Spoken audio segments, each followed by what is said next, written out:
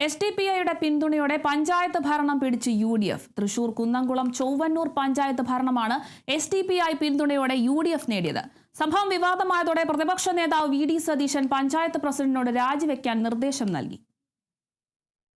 തൃശൂർ കുന്നംകുളം ചൊവ്വന്നൂർ ഗ്രാമപഞ്ചായത്തിന്റെ ഭരണമാണ് SDPIയുടെ സഹായത്തോടെ UDF നേടിയത്. 14 അംഗങ്ങളുള്ള പഞ്ചായത്തിൽ LDF 6, UDF 5, SDPI 2, NDA 1 എന്നിങ്ങനെയായിരുന്നു കക്ഷിനില. President സ്ഥാനത്തേക്ക് മത്സരിച്ച UDF സ്ഥാനാർത്ഥി നിതീഷ് AM-ന് 7 വോട്ടുകളാണ് ലഭിച്ചത്. SDPIയുടെ 2 അംഗങ്ങളുടെ വോട്ടുകൾ കൂടി ചേർത്താണ് UDF കേവല ഭൂരിപക്ഷം തികച്ചത്. പ്രസിഡന്റ് തിരഞ്ഞെടുപ്പിൽ LDF-ന് 6 വോട്ട് ലഭിച്ചു. NDA അംഗം വോട്ടിംഗിൽ നിന്ന് വിട്ടുനിന്നു. SDPIയുടെ പിന്തുണയോടെയാണ് UDF പഞ്ചായത്ത് ഭരണം പിടിച്ചത്. സംഭവം വിവാദമായതോടെ പഞ്ചായത്ത് പ്രസിഡന്റിനോട് രാജിവെക്കാൻ പ്രതിപക്ഷ നേതാവ് VD സതീശൻ നിർദ്ദേശം നൽകി.